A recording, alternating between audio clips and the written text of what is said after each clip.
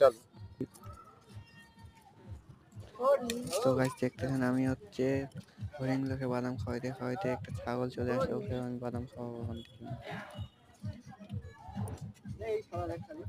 তুই second recording.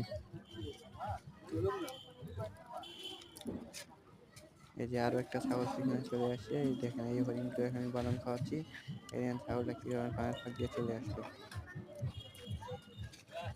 পাশে দাঁড়ায় আর একটা আমার বন্ধু ভিডিও করতেছে, এই যে দেখেন ছাগলটা কি করতেছে। ছাগলটাকে দাও। এই যে আমাদের দিনাজপুর রামসাগর, এই দেখেন রামসাগরের কত বড় পুকুর, এটাকেই বলা হয় রামের পুকুর।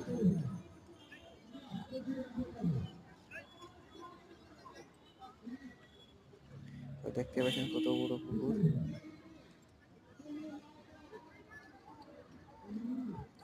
এই যে পুকুরের সাইডে দেখেন কত সুন্দর করে দোকানগুলো আছে, এই যে আমার বাইক, এই যে আমি।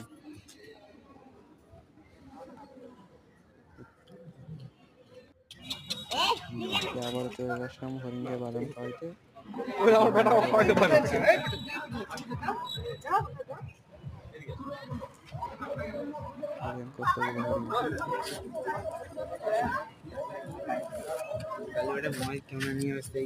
হরিণটা বাদাম খাওয়াতে কিভাবে দেখেছিল, কিন্তু আমার খাওয়াই, কারণ আমাদের কাছে বাদাম শেষ হয়ে গেছিল।